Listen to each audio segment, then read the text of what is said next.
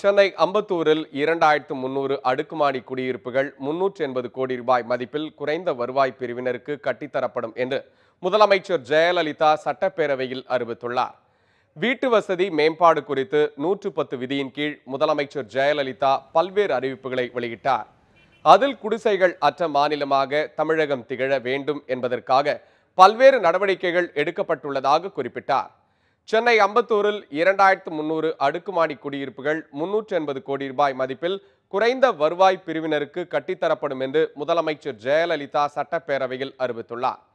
ஒரு குடியிருப்பின் விலை ரூபாய் 20 லட்சத்திற்கும் குறைவாக நிர்ணயம் செய்யப்பட்டுள்ளதாகவும் அரசு ஊழியர்களுக்கு 225 கோடி ரூபாய் மதிப்பில் சென்னை, பாடிக்குப்பம், வில்லிவாக்கம் ஆகிய இடங்களில் பன்னடுக்கு வீடுகள் கட்டித்தரப்படும் என்றும் முதலமைச்சர் ஜெயலலிதா சட்டப்பேரவையில் அறிவித்துள்ளார்.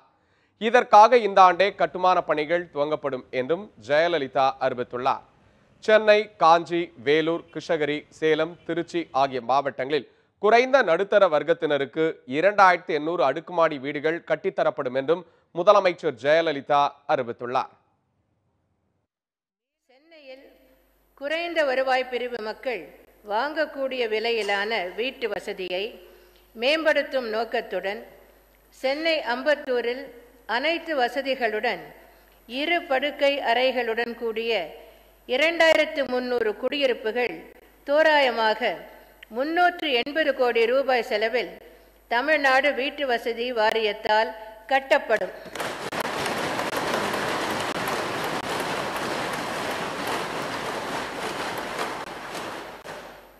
ஒரு குடியிருப்பின் விலை 20 லட்சம் ரூபாய்க்கு குறைவாக நிர்ணயம் செய்யப்படும் என்பதை மகிழ்ச்சியுடன் தெரிவித்துக் கொள்கிறேன்.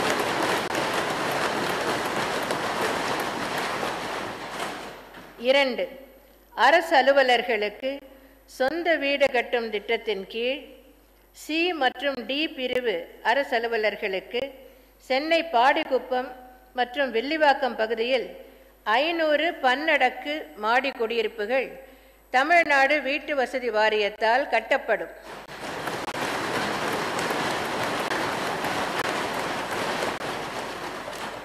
ஒவ்வொரு குடியிருப்பும் கழிப்பறைகளுடன் கூடிய 2 படுக்கை அறைகள், ஒரு சமையலறை மற்றும் ஒரு உட்காரும் மற்றும் உணவருந்தும் கூடம் உடையதாக கட்டப்படும். ஒரு குடியிருப்பின் பரப்பளவு ஏறக்குறைய 700 சதுர அடியாக இருக்கும். இத்திட்டத்தின் உத்தேச மதிப்பீடு 225 கோடி ரூபாய் ஆகும். இக்குடியிருப்புகளுக்கான கட்டுமானம் இந்த நிதியாண்டில் தொடங்கப்படும் என்பதை மகிழ்ச்சியுடன் தெரிவித்துக் கொள்கிறேன்.